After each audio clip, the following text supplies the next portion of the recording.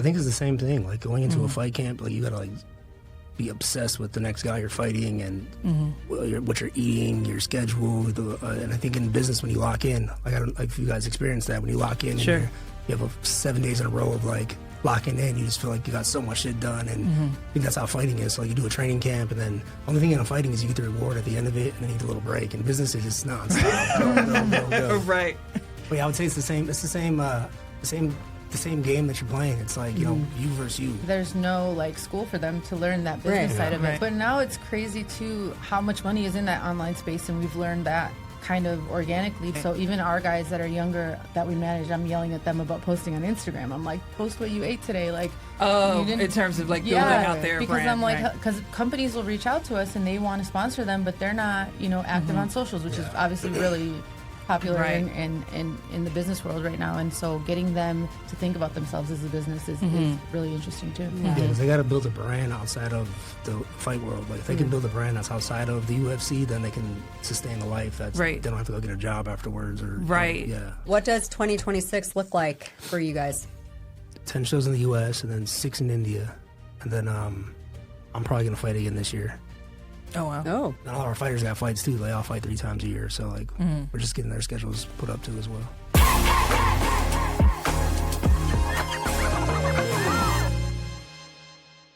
This episode is brought to you by Next Health Calabasas, where proactive wellness starts with understanding your body. Use code EXIT to get your first baseline blood test and consultation, an $850 value for only $250 exclusively for our listeners.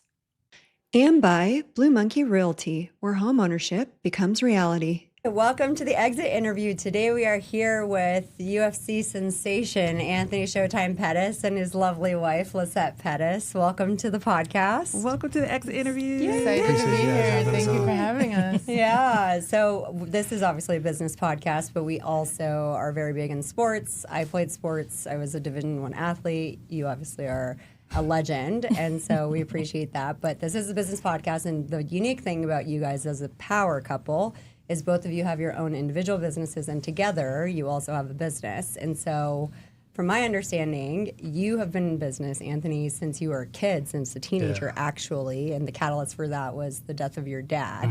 And then have you always been business mindset is sort of my question, and how does that also feed into how you've approached your fighting career? Yeah, I think so my dad was killed. I was 16, and like we were in a situation where we had to come up with like $750 for rent, and like that was like my goal. Was like, how are we gonna pay for this rent?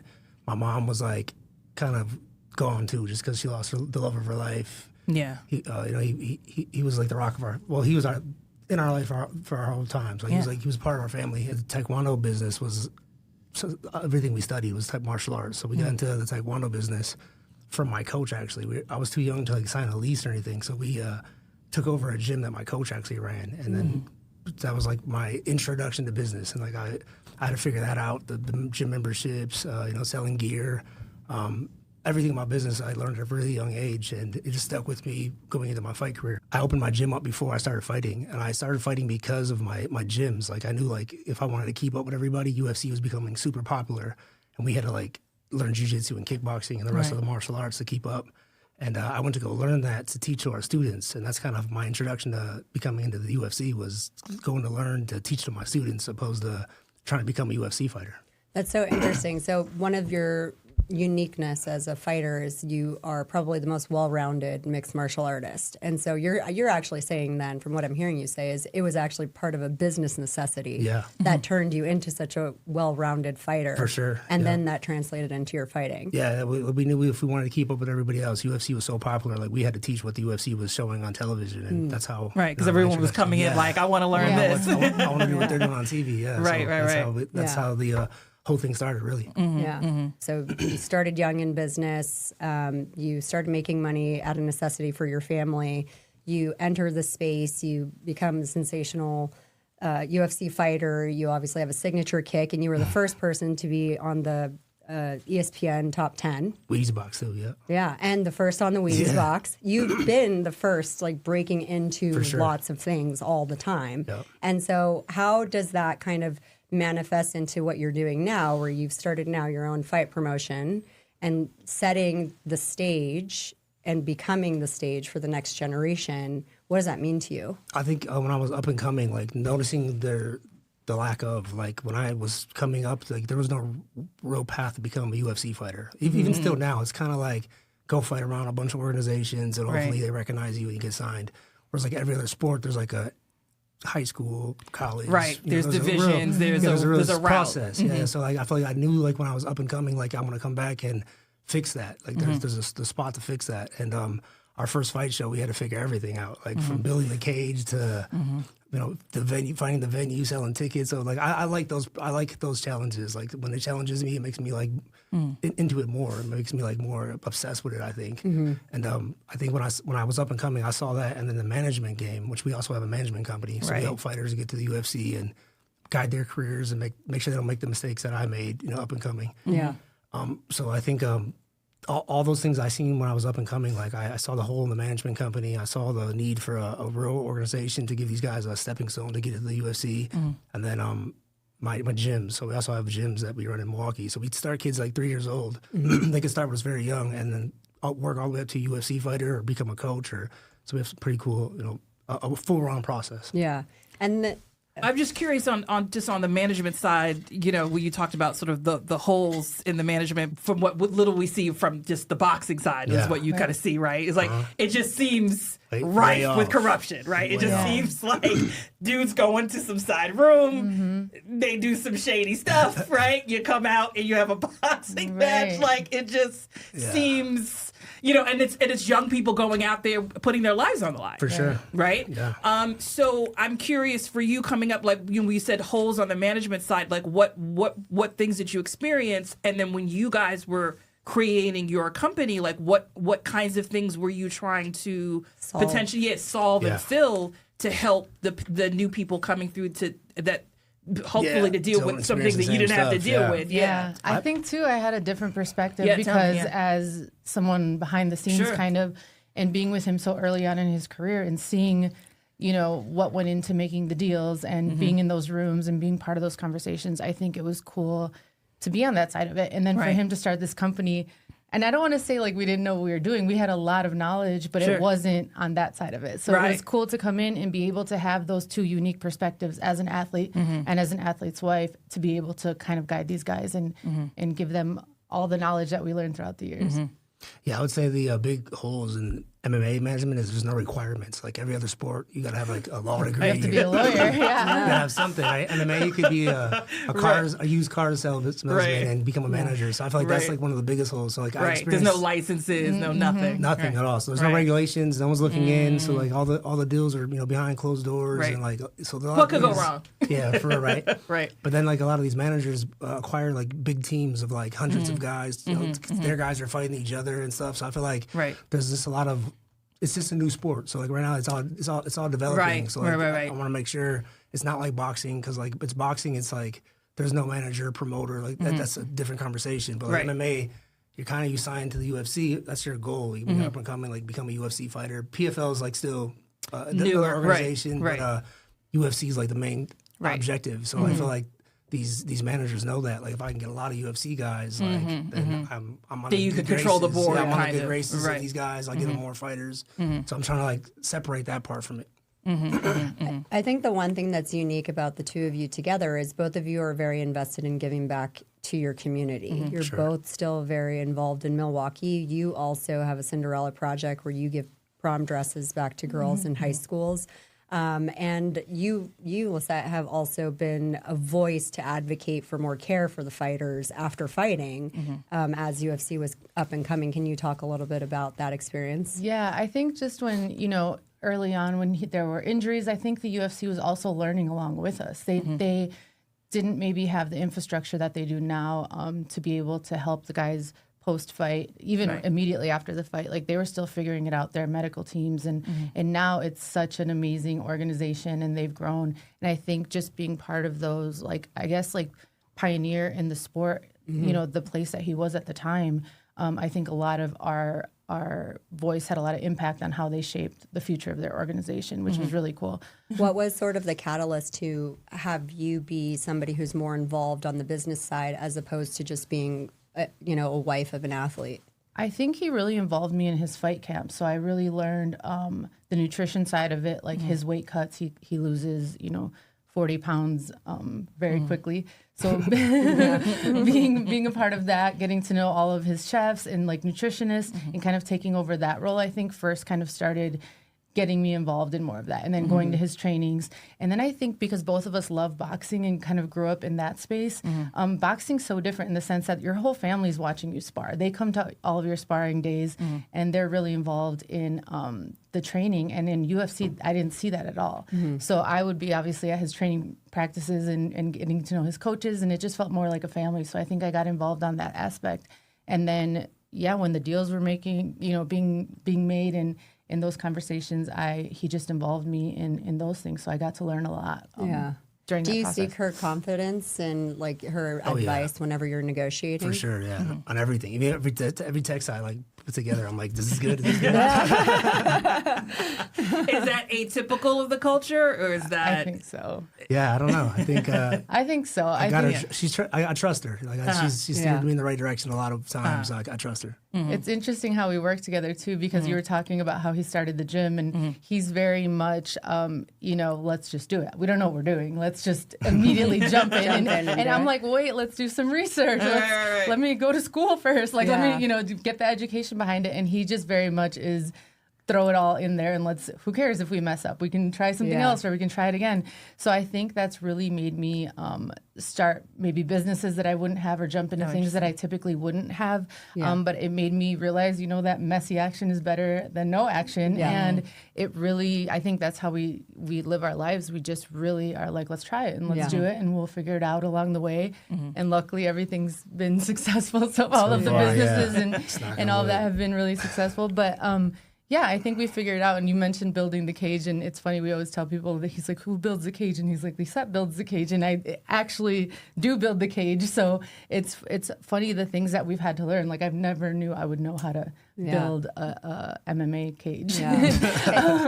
But so things like that we had no clue. Like, we sent someone down to go pick up the cage in a semi truck, and they didn't know. None of us knew what we were doing. And I feel like if you're just confident and really disciplined, that you can make it work.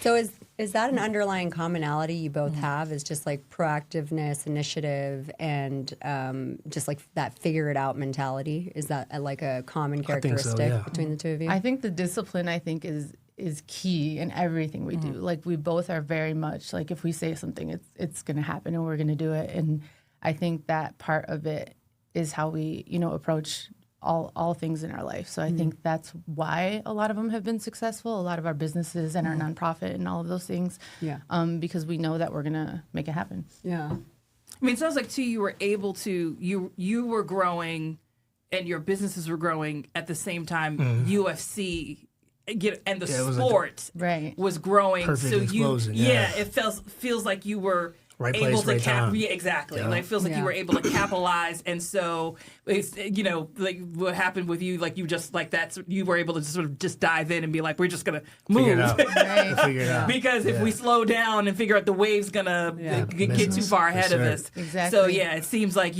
like that momentum was a really key part of you realizing, like, we got to run while it's moving. Before I think someone was else key. does it. Exactly. Yeah. No, for sure. What is the motivation to be a trailblazer in everything that you do?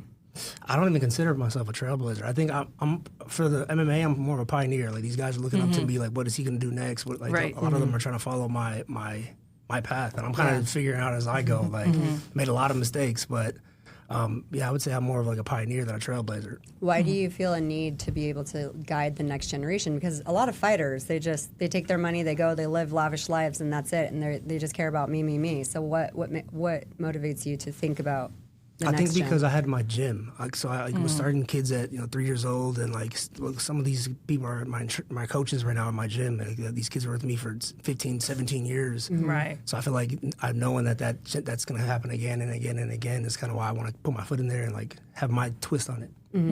Did obviously your brother was much younger than you when your dad died, and when you and your older brother had to start the business, did sort of starting to take care of him also kind of give you that experience? Yeah, for sure. I think I include him in everything I do. It's like any business deal that happens, I'm like, hey, can you guys get my little brother in there? Can you get him on there? Like put him in the deal somewhere. So I feel like having that already, like when I was negotiating deals, like having him there, like made me feel like I could do it for everybody else too.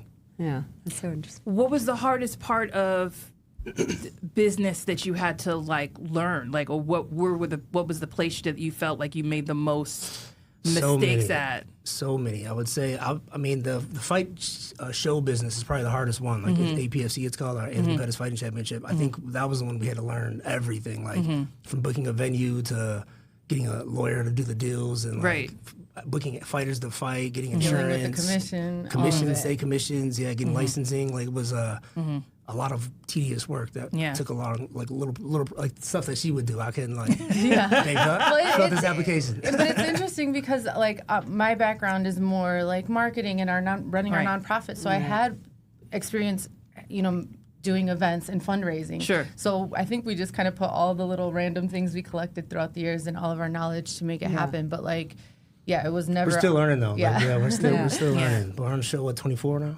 24. Yeah, we're on show 24. Our 4th year in, so it's still our newest business. So when you hit a bump in the road, or you both are trying to figure out like the regulation of something, or who do you need to talk to negotiate a deal, or when you're going to try and find like some sort of big wig to make a deal, what's that conversation like between you, and how do you like prepare to figure out that next step or break through that barrier? It's weird because like some of the deals are like signing a fighter, or some of them are like a new sponsor for a fighter or the show, or like signing a new venue. So like it's all over the place when it comes to like what we're talking about, or like what we're excited about, or like what's at the moment. But I think it's usually like, sometimes she brings deals too, so I can't say it's like me bringing all the deals. Like our team like brings the deals, and then we'll have a conversation about it. I usually get her advice, and then we go from there. Yeah. A lot of times too, it'll be more, big brands that reach out to him that want to like sponsor him or form some sort of business relationship with him. And then that's where we kind of like, we have a business partner, Damien, he and I will have those conversations too of like kind of what do we want to actually get out of this, and like how do we structure the deal. He's really good at opening the door for the deals, and then we kind of slide in there. Finish it. So between the two of you, who would you say is more of the negotiator? She's probably a better negotiator. Depends, but I think I'm like. It depends what we're negotiating. Yeah. If it's like something on the beach in Mexico, she's gonna get it for the cheapest ever.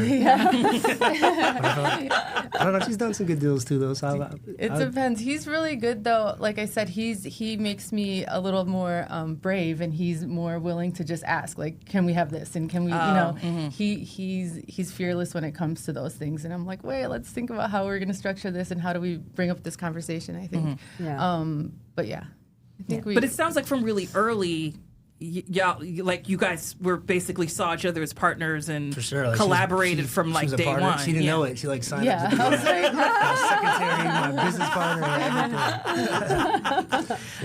But did you ever get like pushback, or like where people were like, "Why do you have your wife in everything?" Oh yeah, all the time. Oh really? It's very strange for women to be in this sport, I think. Right. And even like right now, I'm talking to a fighter to get her to be one of our special guests at our show. So they're like, wait, do I talk to you? Like, it's just so weird to them. Like in this sport, women already are kind of in the background. Even the fighters, the women fighters are. So I feel like in the business side, there's some amazing businesswomen in the UFC corporate side. And I honestly like have formed relationships with them and love learning from them as well. But it's just like a male-dominated sport. So I think all the women, whether it's on the business side or as a fighter, are kind of in the background. Yeah. And then where do you find the confidence to be able to be different than the other wives and girlfriends? Because it's not so common for, a spouse of a professional athlete to be so vocal.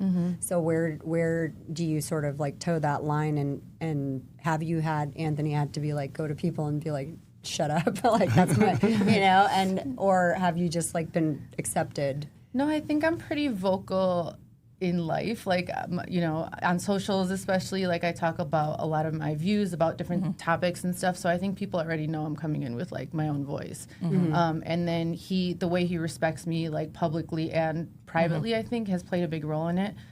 Just a lot of athletes, wives in general, aren't like in the public eye, or they kind of keep them behind the scenes. I don't know if that's intentional or not, but like he never did. Like, so I think they're like, oh, she, you know, it's kind of a pair coming together. It's not just him and then she's in the shadows. I have more to say. I'm just trying to figure out if I want to say it. Because it's like, if my husband actually could fight, I'd be like, let somebody talk to me. I'd be like, I'm sorry, but do you know who my man is? But it sounds like I said, it seems like you had pushed back, but you never really. It sounds like y'all seem like such a firewall that like. It seems like it was able to basically just sort of fall away. I don't feel like it was ever like an issue. And he that got like, that far. And if he gets invited to like a business meeting that he thinks I can contribute to, he's like, "Oh, my wife's coming too." It's not like a question, you know? After you've invested in looking your best, you'll want to invest in your wellness so you can feel just as good as you look. Next Health takes a proactive approach to wellness through advanced biomarker testing, giving you a clear look at what's actually happening inside your body. From there, their medical team builds a personalized treatment plan to help you feel and perform your best. If you want to take control of your health, use code EXIT for your baseline biomarker test and consultation, an $850 value for just $250 exclusively for our listeners. Visit Next Health Calabasas and start your wellness journey today. What kind of growth would you guys like to see for all the different sides of the business? I mean, obviously, you said you wanted to see like more infrastructure around like a path for people to be able to get into the sport more cleanly. How are you feeling? How are you feeling about that progress? I think it's happening. Yeah. I think the more the sport grows, and they just signed a Paramount deal, which is like $7 billion or something crazy. They're building up. Now the UFC's building up the infrastructure, and then I'm just one of the shows that's on their platform. So I feel like it's going to happen. It's just going to take time, and the right people got to be in the game to have their hand in that play. Do you? And on the management side, is that something you said there's clearly no structure? Is that something? I don't think that's going to change. I think. I think it's going to stay lawless forever. It's going to stay lawless, but I think you'll see bigger organizations and bigger management companies get like the top athletes. Okay. The management companies that do NBA, NFL, actors and actresses, like they'll come get the top guys, but I don't. There's still that lower level, mid level guys that are gonna have to deal with these managers that are just out there. But when you left, there was like a lack of control in terms of like how you were able to sort of manage your kind of career. No, I think when I left the UFC, I just did everything I could over there. Like I fought at 155, 145, 170 pounds, fought for 2 titles. I was like, I've done everything I could over there, and then the sport was growing so much that other opportunities were out there. So that's why I want to make relationships with all the organizations. So when my guys come in, I know to talk to. What would you say? What were the sort of milestones in your career that really pushed you into, oh, now I see an opportunity for not just fighting, but for me to be a businessman? I think right away.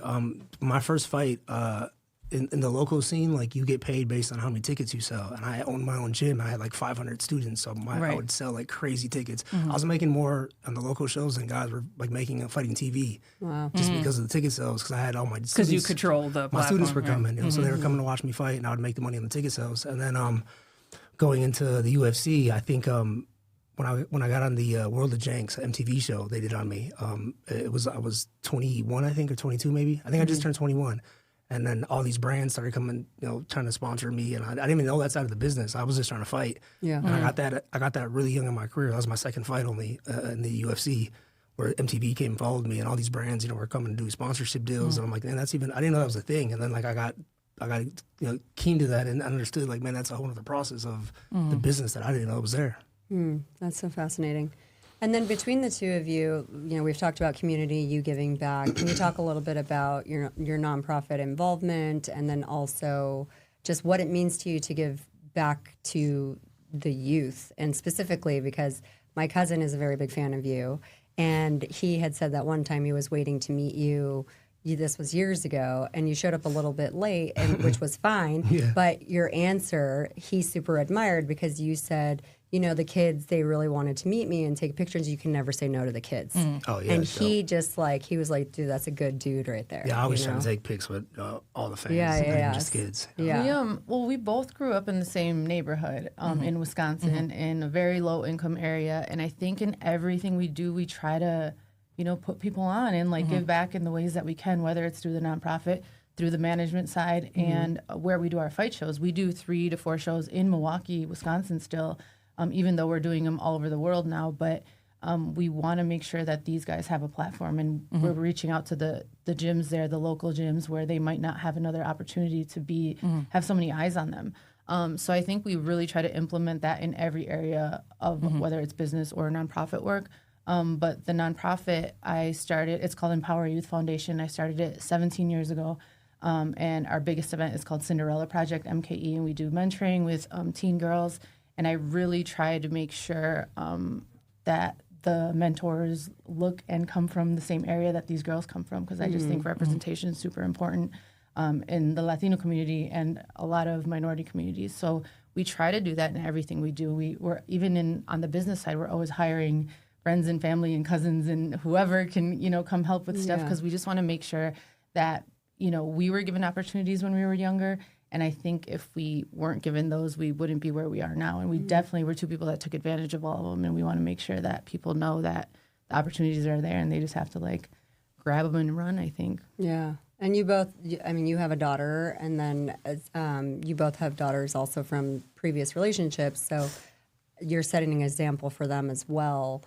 Do you guys also, I mean, your youngest is probably too young, but your older ones, do you also sort of encourage them to have like a giving back mentality as well? Oh, definitely. Yeah. They're involved in everything we do. And my kids are sick and tired of carrying prom dresses because and it's like my whole family already knows. I'm like, so-and-so's going to drop off 20 dresses. Can you take? And they're like, yeah, of course. So it's a whole thing. But yeah, we do a lot of give back things in our community, like different holidays. We do, you know, toy drives and food drives and all the things. And so we make sure backpacks. We make sure the kids are involved in all of it. Yeah. How do you guys, because you do, I mean, you have also other businesses which you haven't even talked about yet, but you guys, obviously you work together, you have businesses, you have other things that you're doing. Obviously, you know, you're in a relationship. How do you sort of keep all these different balls in the air? Like, well, how do you... You know, do you have like code words for when you want to start talking about different parts of your life? It's all like, even if we're sitting on the couch together and we're on our phones, I'm you know running all these other businesses. He's doing that. I'm working on the nonprofit stuff. We're managing the kids' schedules.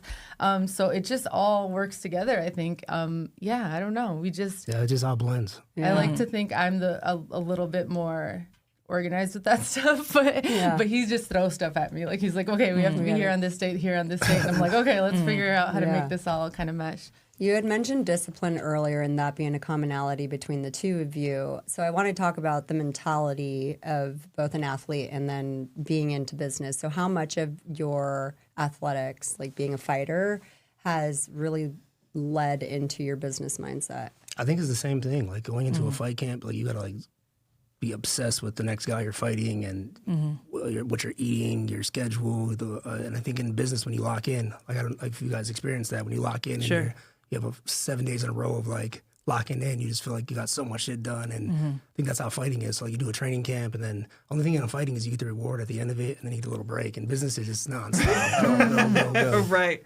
But yeah, I would say it's the same. It's the same game that you're playing. It's like, you know, you versus you. Like you wake up, especially being an entrepreneur, having no schedule. Like you wake up, you have to be motivated by yourself, and things that your mind has to be in at home and at your place that you're at, but also like on all the different things that are going on. And so it pulls your attention and pulls your time away. And fighting's the same way. Like I'm here next to my wife and like, you know, at dinner, but my mind's on the fight and my mind's on the goal that's coming up. And business, it's like, you know, a deadline or numbers or, you know, whatever your goal is at the time.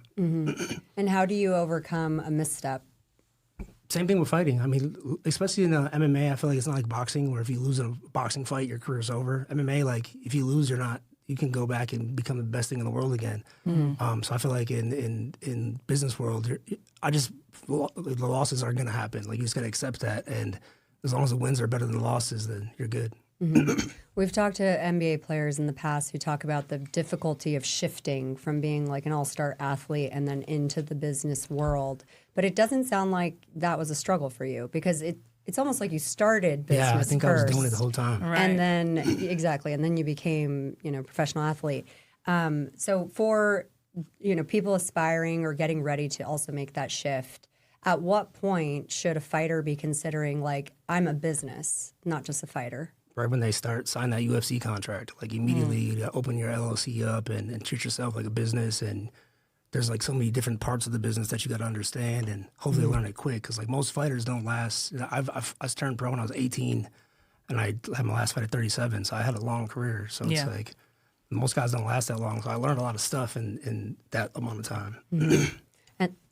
I was just going to say there's no like school for them to learn that business side of it. So even our guys that are younger that we manage, I'm yelling at them about posting on Instagram. I'm like, post what you ate today. Like, in terms of like building out their because brand. I'm like, because companies will reach out to us and they want to sponsor them, but they're not, active on socials, which is obviously really popular in the business world right now. And so getting them to think about themselves as a business is really interesting too. Yeah, because they got to build a brand outside of the fight world. Like if they can build a brand that's outside of the UFC, then they can sustain a life that's they don't have to go get a job afterwards or And is that what you see happening? Like people are just like peaking and then like they're working UFC money is not like NBA money. You're not making crazy money. But even then you find people who are like going broke even in the NFL. I mean it happens in the quote unquote, Right. So but I mean some of them don't go they never were rich, so it's like they're famous but they just weren't rich. So they couldn't go broke. They just been broke.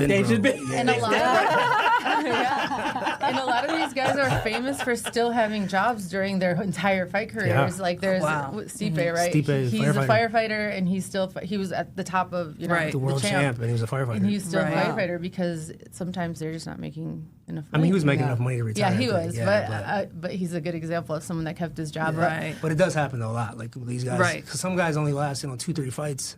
Your entry level contract is like 10,000 a fight, 10,000 a win. So like 20,000 3 times a year. Yeah. Right. And then that's it. And then if you don't win those fights, you're out of there. Yeah. Wow.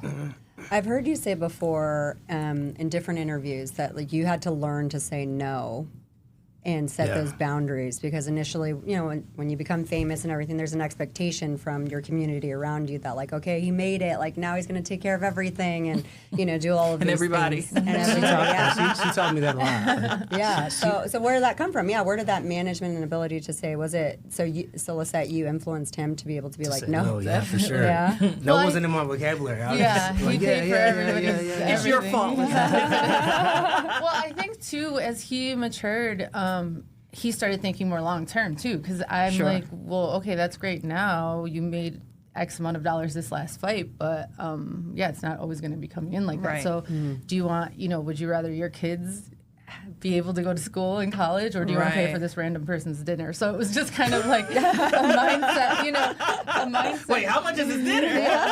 Well, we live in Vegas, so Dinner's ain't it's cheap not in cheap. Vegas. It's not cheap. But no, I think it was just like shifting his mindset, and then the more serious we got in a relationship, then he started thinking long term about like, okay, this is our future, and like, okay, we want to think about what the things we want to do and the investments we want to make more long term. Right. Not just money too. She with my time, like she like say no just to certain things that was just like a waste of time, or like things that were just a dead end, and like so I think she taught me a lot. That just say no, like to just know my vocabulary. Right. No, but it's a real thing. We've talked to other people like like about coming into money. Yeah. And like making some really bad choices. For sure. In the beginning. I mean, there's like, no role model. There's no There's no road map. Like, you get this big check, and you're like, you want to do what you saw on TV. Yeah, you know what I'm saying. Exactly. You turn up, you go out. Buy the chain. Yeah, hey, you know what I mean. Like we've all been there. You have that moment, and then you're like, oh wait.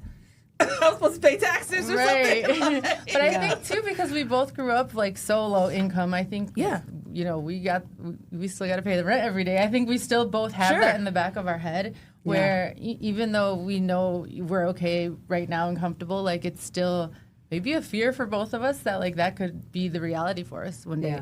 Yeah, for sure. Yeah. No, it's still you still remember that like 750. Yeah. 750, I was like, how are we coming up with that? Yeah, absolutely. I don't think it ever leaves you in a strange way. And I don't know that you ever want it to in a weird way. Like I wakes you up kind of want to stay hungry in that way. But I think that drives so much of what we do now. Right. Not also the hunger, but also... The kids will never be hungry. Yeah.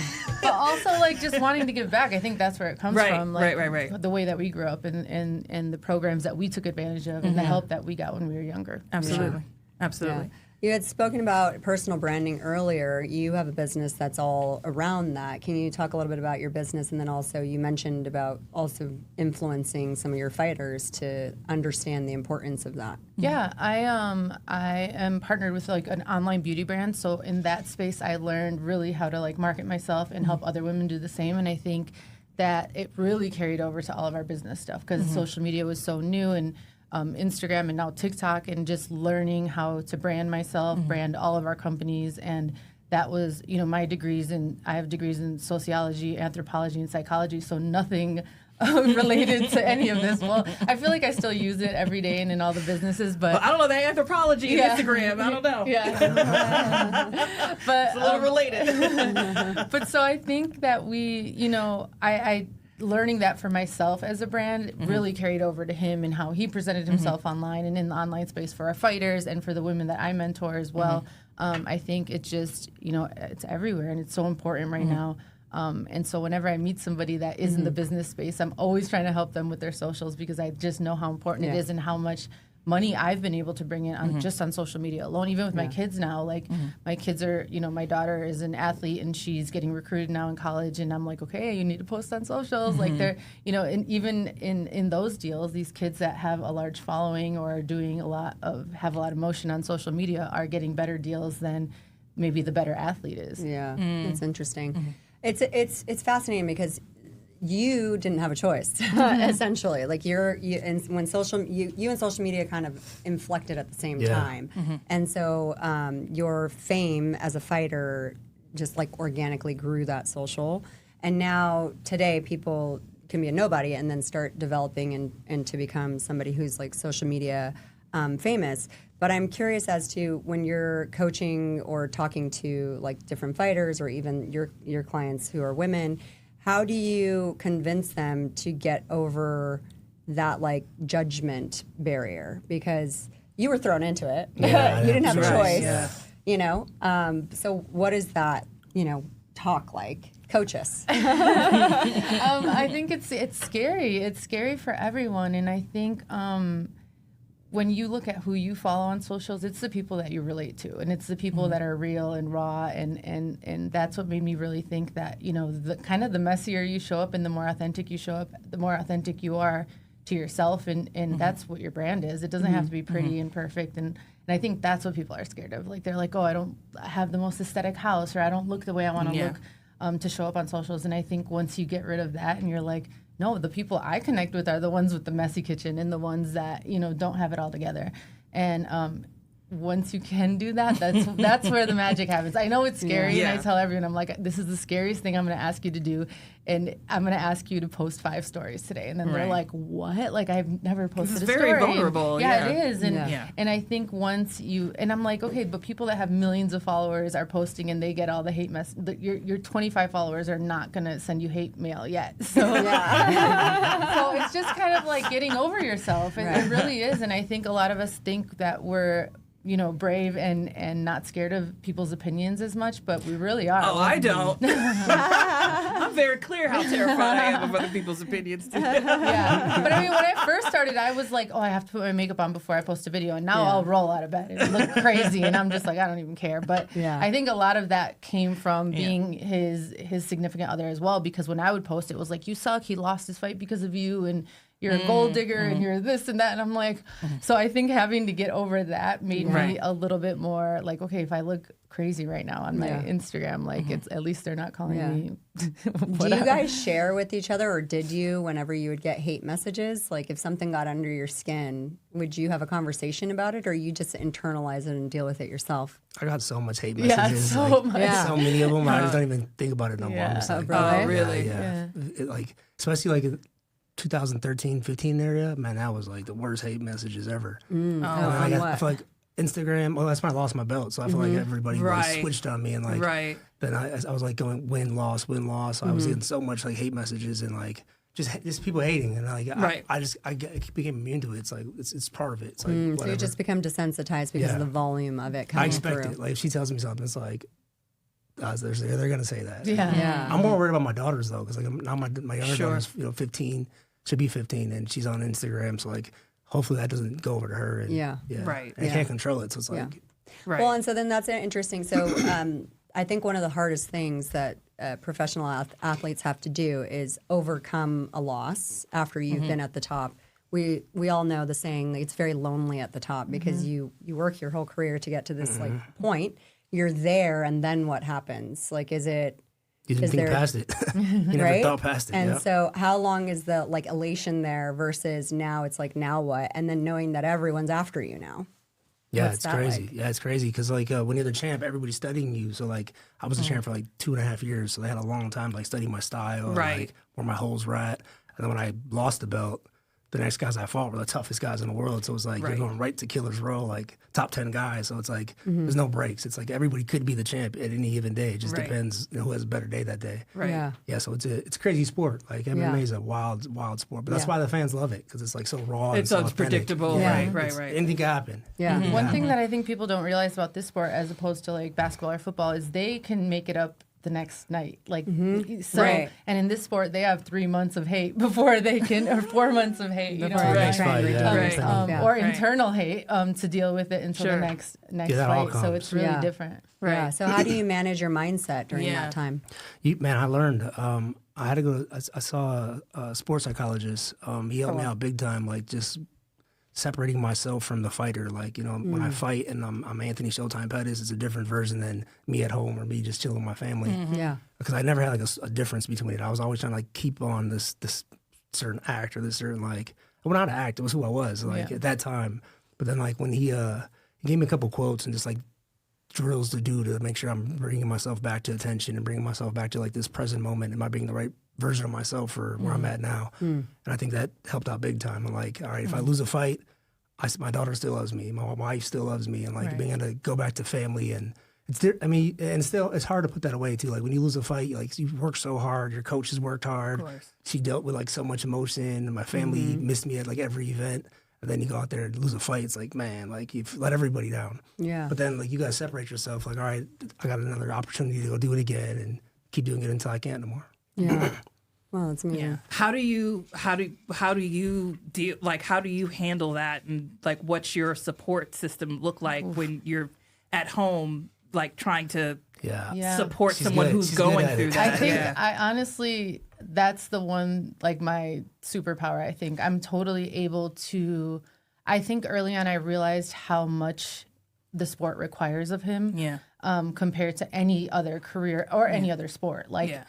You're getting hit every day, even in training. And you're messing with your diet, you're malnourished, you're doing all the things, you're cutting all this weight, doing all of those things. And I realized early on how much attention and dedication the sport needed. And I think I was like, okay, so for these 8 weeks, I'm going to be ignored. Like, don't even think about me, kind of, what does he need? Like, I need to bring these nuts. I remember when I was doing Dolce's diet, like, I would bring nuts to his practice because that was his only snack. Like, so, like, doing things like that, I had to completely, remove my emotions from it. I couldn't be needy. I couldn't be, but I'm, like, a little, like, I'm Latina. I had to like make a list. So the day after he fights, I'm like, oh, you did this and it pissed me off. You did this and it pissed me off. Oh, interesting. So that's how you. So I'm really able to compartmentalize. Like, I'll save that for later. But when this fight is over, we're going to go through this list. Okay? Exactly. But I think in the beginning it was hard for me because I'm like, oh, he's ignoring me. He cares more about that. And like, got it. You know, just taking the relationship and removing my emotions from it was really such an interesting thing to learn. But I was like, if he's going to be the best in the world, he has to be obsessed with this, and he can't. He focus can't on think me. about this right now. Right. And I think once I learned that in the first few fights, I'm like, okay, like let's lock in, and I think I did a good job. No, God bless. 'Cause that's not something everybody. But can I do. have my list. I think her sitting cage side of like, all the fights, she sees like the damage that you could take if you're not like locked in. So I feel like, absolutely. Yeah. Right. Oh, got it. So it's like the She price knows, of what's him gonna not happen. being Yeah, focused. yeah. I get it. I didn't know that this was going to be a masterclass on what a healthy relationship is. But, ladies and gentlemen, here it is. This is what real support looks like. Right. But I think a lot of people can't do that. And I've realized that later on, and I'm not like, oh, I'm so cool. But like, it took me a minute to learn, but once I did, and I look at other athlete relationships, it's hard for a woman to be able to, or a partner to be able to say, don't worry about me, and like focus 100% on that. Right. And I think that is a detriment to a lot of athletes. Yeah. And to be able to do that is super difficult. Probably the hardest thing I've had to do ever. But like once you master that, I think they're able to be the best in the world. Right. And well, and I could assume for you also, it's even trickier because you're getting blamed, like you said, for his loss. It's like, well, if you would have done what you were supposed to do, it wasn't all in his business, then maybe so. So you're also carrying kind of this extra burden, and then also having to really sort of stand aside. So I can imagine that's also kind of complicated to then really have to kind of like stand down and step aside. So. So kudos to you for like holding that extra piece and then still kind of, stepping aside. Yeah. How did you find the internal strength or the mental toughness to navigate through both of those things? Like being a supportive wife, understanding that you're not the priority and that's okay. That doesn't make you less than.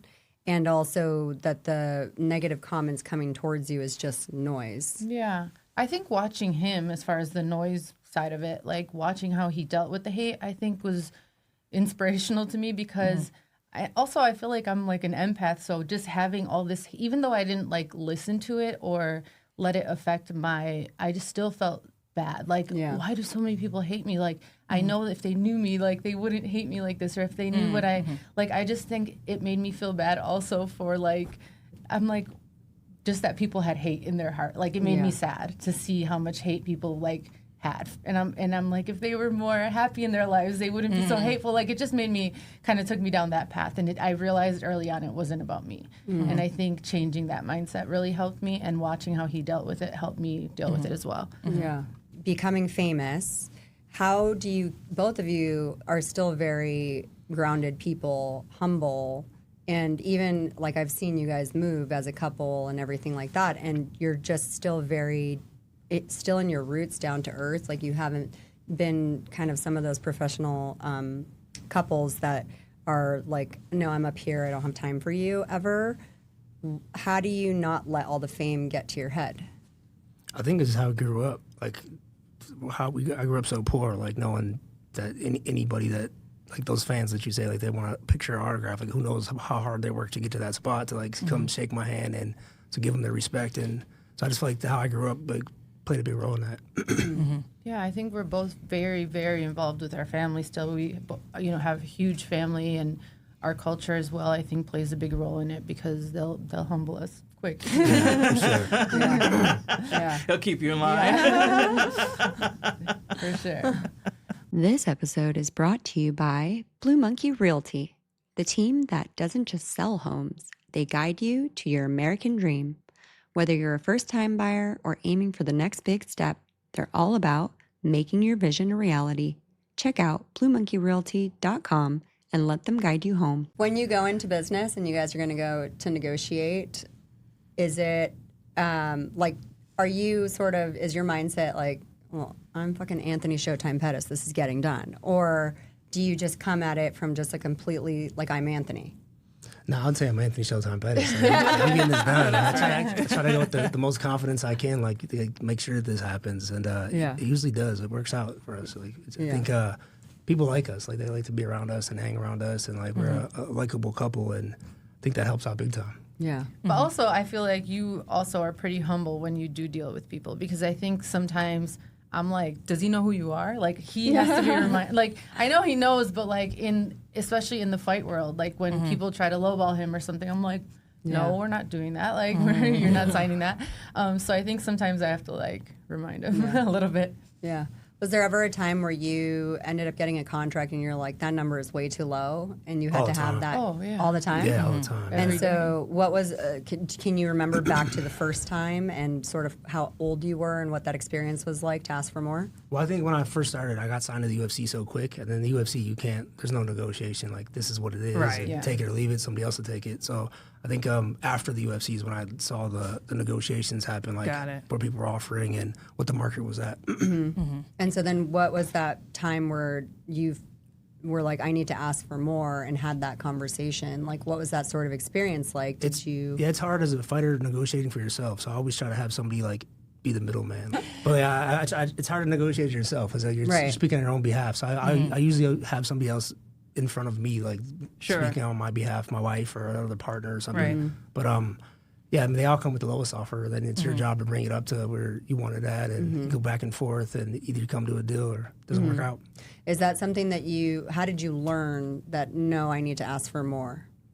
I don't know. I think I've been on the fight game so long. I know what the offers, like other organizations. I know what the going rate is. So I know, like, all right, if they're offering this, that's how much this organization has or would offer. So I feel like that helps me understand like that part of it. But sponsorship, that's a totally different thing, where she helps out a lot on that. Like, how many posts I'm going to do. Like, I just say yeah to everything. I'm like, yeah, does it make sense? It's something I use. Like, I'll do it. And then she's like, you see how many posts that you got to do? How many, like, I used to do so much of that back then. Like, now I stopped doing all that. Like, Okay. But now it's crazy too how much money is in that online space, and we've learned that kind of organically. But also seeing how much money they offer him for a post is insane. And I'm like, no, let's ask for double. And like, why not? And I think he's kind of taught me that why not ask for more? Why not, like, what's the worst that can happen, I guess? So in all these business deals, I'm always like trying to figure out how we can get more out of it. And the worst thing they can say is no, and they go back to the original offer usually. But it's a little bit more fearless than I would have been, I think, typically. Yeah.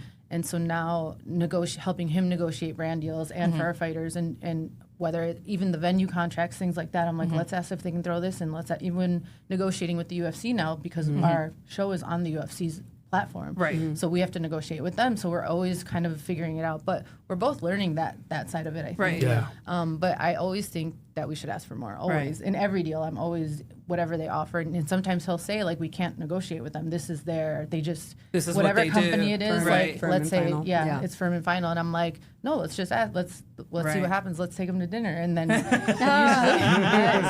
usually we can make something happen. Give more plays. Yeah. Have you ever had issues? Because, especially, like I said, I know you came up very young in this process, and I just wonder your process of teaming up with management or lawyers, or because you hear so many horror stories of people teaming up with having bad partners. Bad advice. But it seems. But did you have any of that sort of friction? Yeah, I had that. Yeah, for sure. And bad accountants. Management, I went through like all the managers. I seen how they all do business. I know like all their games and how they operate.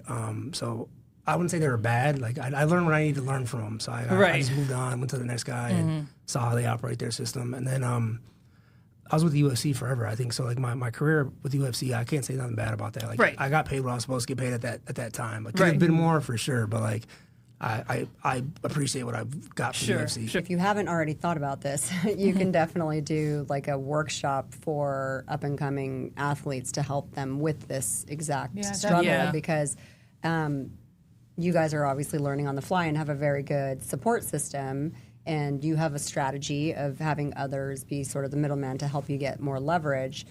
These are all things that you did by experience, and so that could be very helpful for training others. Like you should think sure. about it Well, this that's why way. they should sign with us. Right? That's Yeah, exactly that's right. right. That's So we get the that's my point. That's my point. You don't just get, they don't just get the fighting promo definitely. perks, but they also get some business guidance and Right. mentorship, like real business guidance and mentorship.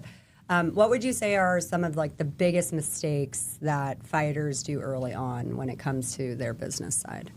Think they made it. Like, they think they made it when they signed that UFC contract. I'm like, man, like I had so many fighters that like they get to the UFC and like they have all the potential in the world, and then they like stop training as much or Right. Yeah. get focused on different Right. things, or like They try think to that's start 10 it. different businesses. And like, well, you gotta build your name first before you can like go do something else. Right.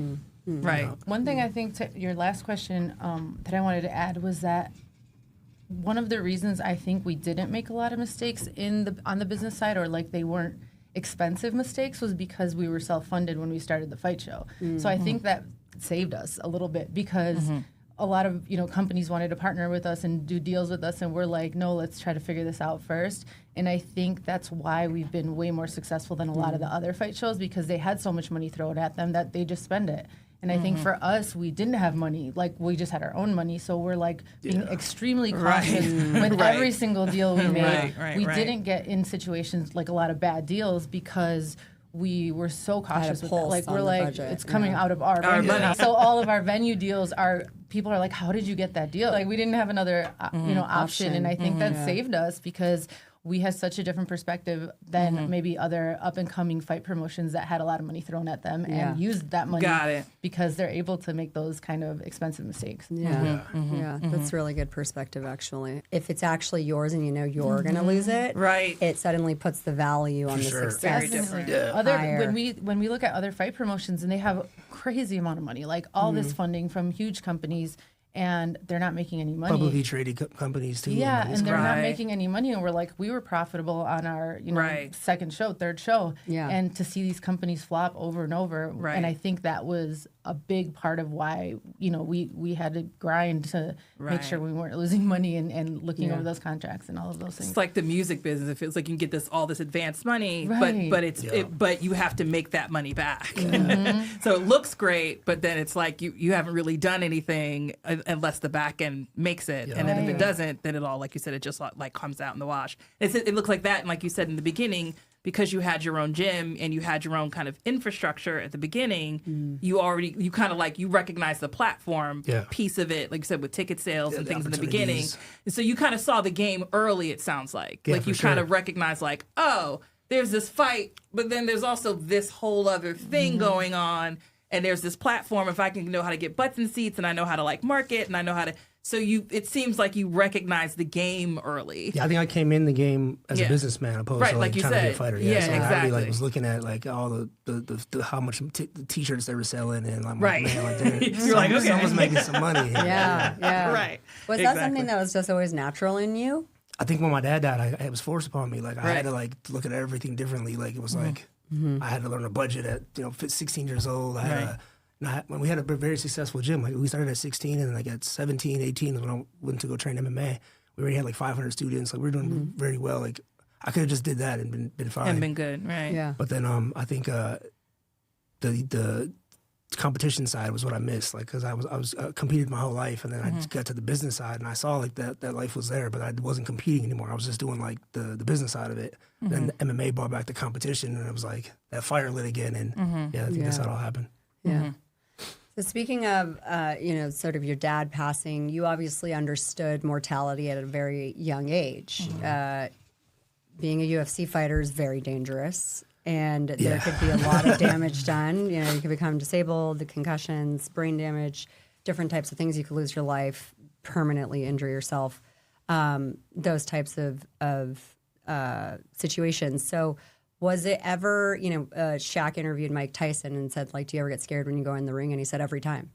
And so I'm curious for you as like a fighter, did it ever cross your mind that, something bad could happen, or is it you compartmentalize it completely, or what's that? It's weird because like for you guys, it looks bad on TV, but like we're literally doing that every day. So it's like the sparring is like normal to us. Like punching and kicking is like, it's something we do every day. So it's like once we get in there, with no shin guards on and like gloves on, it looks a lot worse. But like it doesn't feel that bad when you're in the cage. Like your adrenaline's going so hard, and then the day after, it's like, oh my god, I got hit by a truck. Like everything wears off, and like it hurts more if you lose too. Like if you win, it's like I'm good. If you lose, you're like, oh my, everything hurts. But I think it looks worse on TV. Just well, I mean, if you're doing it every day, it's like it desensitizes it. Like my daughter, she sees so many fights, like she's like, what? Oh, yeah, she be cage side, and she's like on her iPad, like Yeah. she doesn't care. Wow. Doesn't care. Yeah. But I feel like if you do it so much, it's like it's not the same like impact. Like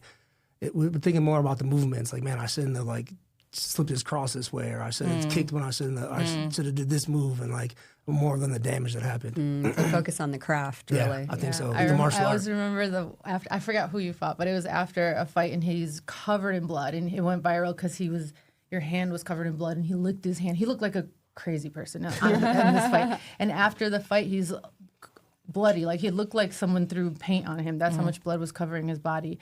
And he looks at me, he's like, that was so fun. I was like, oh. Okay. And I'm like ready for him You're to like, like, okay, crazy.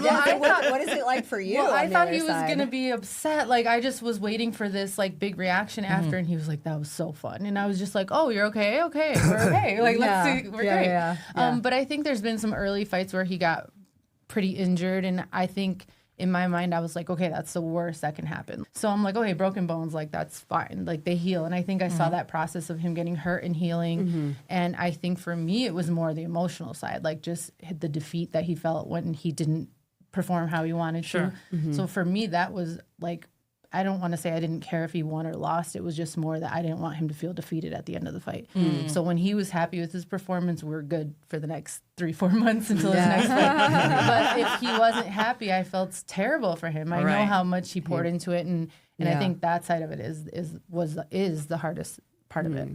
All of the shit talking in the beginning and the showdowns in the beginning, and then there's the actual fight. So how much of that actual fight is mental versus the final physical? I think the mental is more like inside the actual cage. Like when you're actually in the actual cage, like you got to be more locked in mentally than ever. Because if you're thinking about anything else, like one little mistake, cost you the whole fight. So I feel like that's the mental side. The shit talk doesn't bother me. Like people talk shit. It's like it's part of it. I feel like back then the shit talking was real, and now it's like these guys are doing it because Conor McGregor made it popular, and like they're trying to like copy somebody and doing it, like making stuff like more than it actually is. Back then it was like real shit talk. Like guys were like really didn't like each other. Like so I feel like that was like it amped you up. But like I think as a martial artist, you gotta know like, all right, I gotta not fight with emotion, and you practice it every day. Like get all your thoughts out your head, hit the pads with your coach, go through the steps of the fight. Like you visualize it so many times in your head that like it just plays out in real life. Yeah. I think you being able to be calm is the craziest thing, that like people that know him think he's the calm. Like when you see him on TV, you're like, oh, he's this crazy, like he just does all these crazy things, and he's, so I don't even know what the word is, but like to know him and know how calm he is, and to be able to carry that into fighting and keep his mind calm while he thinks about what move he has to, like staying calm when someone's punching you in the face and like figure out what he has to do next is really crazy to see that part of it. Right. Yeah. Your fighting seems to have a very like innate intuition to it, because even your famous kicks, those seemed that it was just like an instinct for you to be able to do. Would you agree? No, I think it's taekwondo, because like most MMA guys are kickboxers, and they kick way different than taekwondo people. Like taekwondo people have like more flexible hips. I think I was probably the most famous taekwondo person to come over in the mixed martial arts.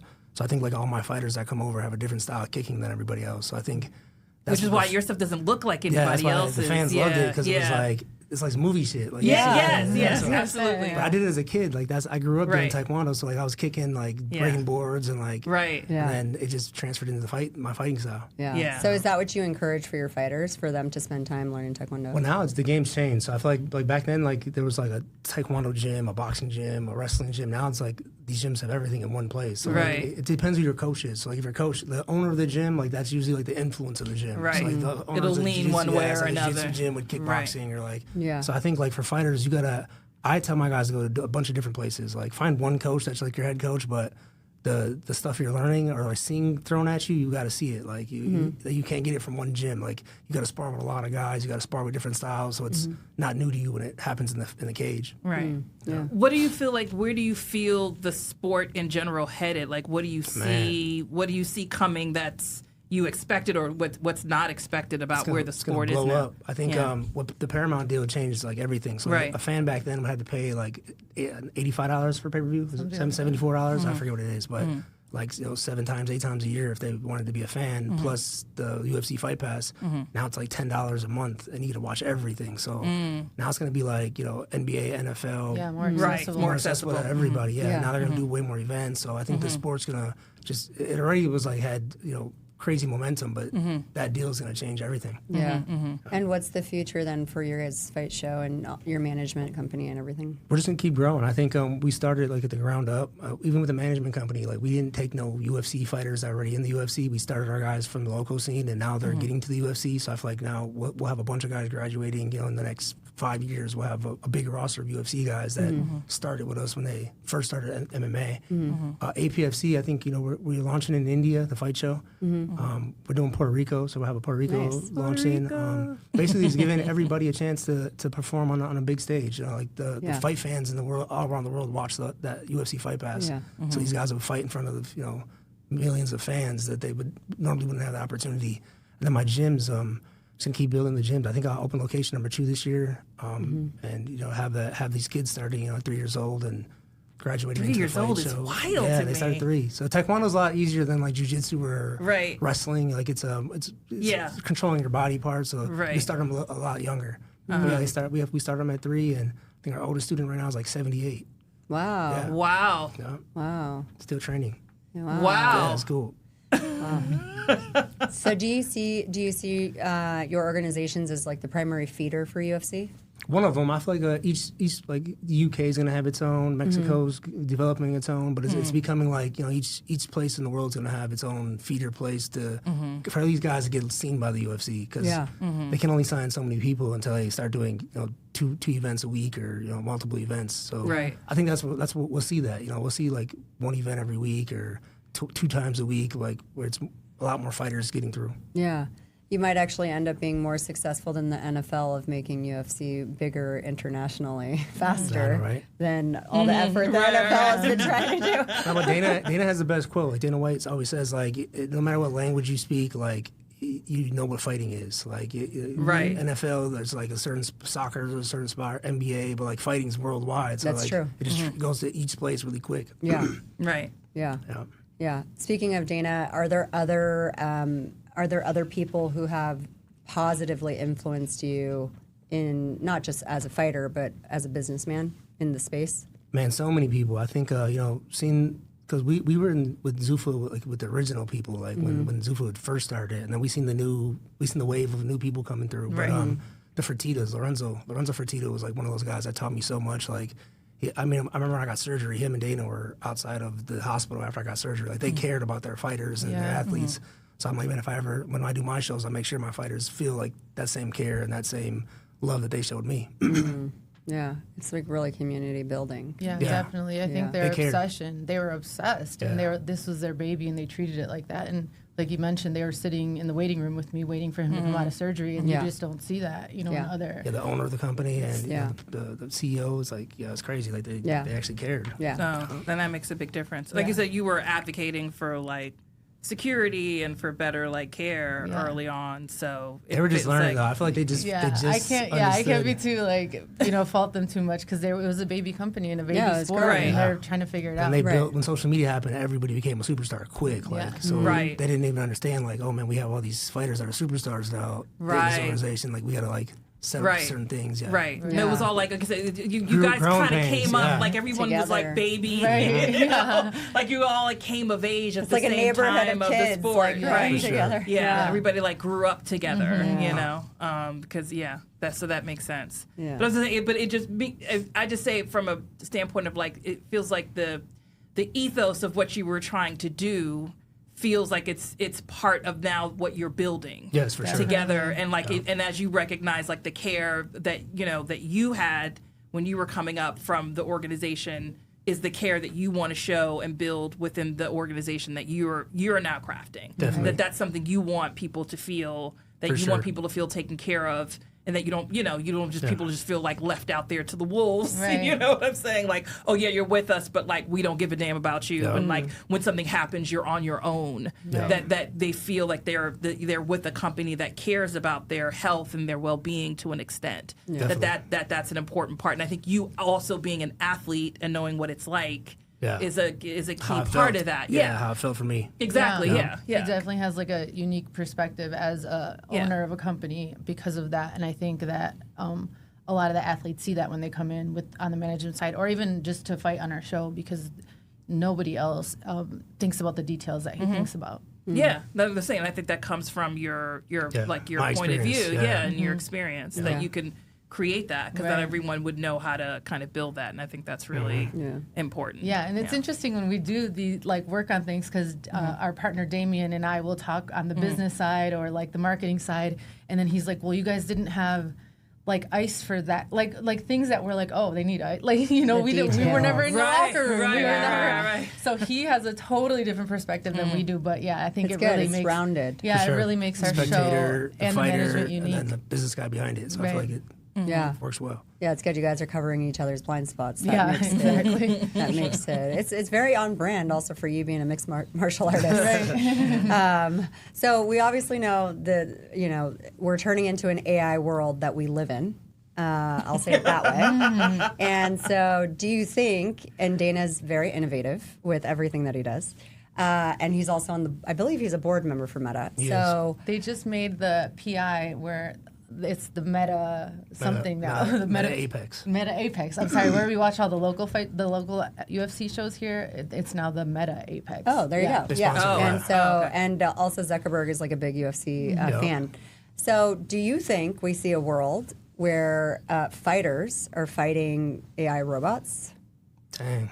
I saw those robots. I don't know. I mean, That's why I'm asking. You saw those robots, right? it could be entertaining. I mean, a human wouldn't win though. I mean, they could just these robots probably just keep getting up. Like, how would you beat it? This is why I thought of this idea, because I've heard you talk about how, with each kick, you're sort of like bringing the person's level down. So you're hitting their belts down as you hit them each time, which makes them a little bit weaker over time. So here's the idea that you take to Dana now, and then you make millions of dollars. You heard it here first. We're talking about it here first. But basically, effectively, you hit a robot in a certain spot, and then you model it off of your Like a kicking video game. ability, like a video game. Yeah. That might be it. The video, like a training partner in your house. That might be the way to go with it. Yeah. One thing, when I saw that they did the Apex Meta, I was thinking that it'd be cool to have the fighters point of view.